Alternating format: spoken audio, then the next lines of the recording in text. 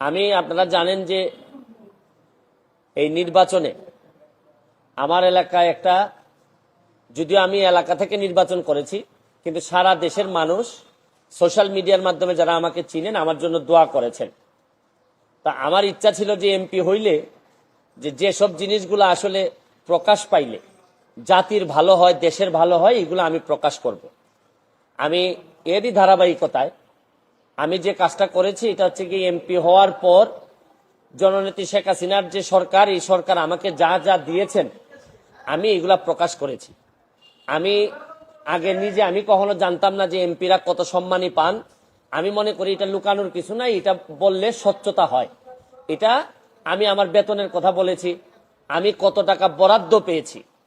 বরাদ্দ মানে হচ্ছে গিয়ে ওনারা বলছেন যে নগদ টাকা, আসলে বরাদ্দ তো এইটা চিন্তায় আসে কিভাবে যে এমপি নগদ টাকা পাবে। নগদ টাকার তো কোনো বিষয়ই না, আমরা তো ট্রাস্টি মাত্র, আমরা মানুষের সম্পদের ট্রাস্টি, আমাদেরকে মাধ্যমে বন্টন করা হবে। আমরা এই সম্পদের কোনো মালিকও না। ব্যাংকের যেভাবে ব্যাংক কর্মকর্তা যেভাবে আমার টাকা জমা নেন আবার আমার টাকা ফেরত দেন, কিন্তু ওনার হাত দিয়েই যায়, কিন্তু এই টাকার মালিক তো উনি না, উনি হচ্ছেন গিয়ে ট্রাস্টি। একই রকম আমি এমপি হিসাবে আমি ট্রাস্টি মনে করি। আর স্বচ্ছতার বিষয়ে আমি বলছি যে এত এত টাকা পেয়েছি। কিন্তু এইটা বিরোধী দলের চিফ হুইপ আমাদের চুন্নু সাহেব, মুজিবুল হক চুন্নু সাহেব, উনি স্পিকারের কাছে, আমাদের মাননীয় স্পিকারের কাছে উনি বিচার দিলেন। তো যেহেতু পয়েন্ট অফ অর্ডারে উনি বলেছেন, আমি উত্তর দেওয়ার সুযোগ পাই নাই। আমার প্রশ্ন হচ্ছে কি, উনি বিরোধিতা করবেন সরকারি দলের, কিন্তু উনি বিরোধিতা শুরু করছেন স্বতন্ত্র প্রার্থীর। এবং কি বিষয়ে বিরোধিতা, উনি তো আরো খুশি হওয়ার কথা যে আমরা আমাদের হিসাব দেওয়া শুরু করছি।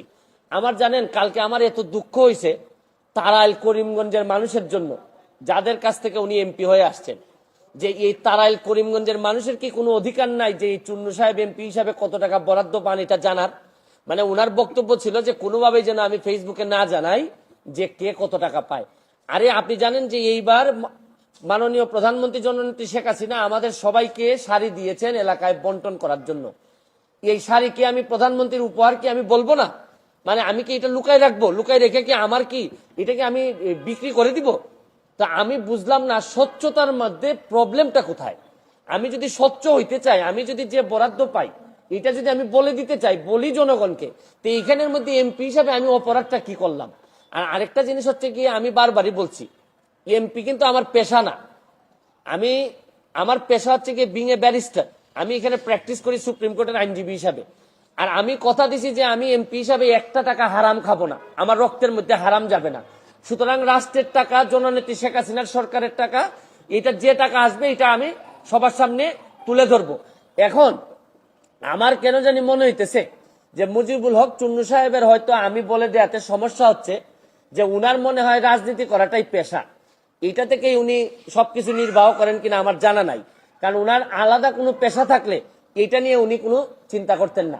তবে কালকে উনি একটা বুদ্ধি করে কাজ করছেন, বাকি সব এমপিরা উনার দলে টানার চেষ্টা করছেন যে 349 জন এমপির নাকি বদনাম হচ্ছে। আরে কি আশ্চর্য কারবার! একটা মানুষ এমপি হওয়ার পর তার বরাদ্দ সে বলবে না যে আপনারা জনগণের এই বরাদ্দ আসছে, আপনারা আপনারটা ভাগ করে নেবেন? এটার বলার মধ্যে শুনেন, এই মুজিবুল হক চুন্নু সাহেব সম্ভবত এই প্রথম বঙ্গবন্ধুর একজন আদর্শের সৈনিকের মুখোমুখি হয়েছেন।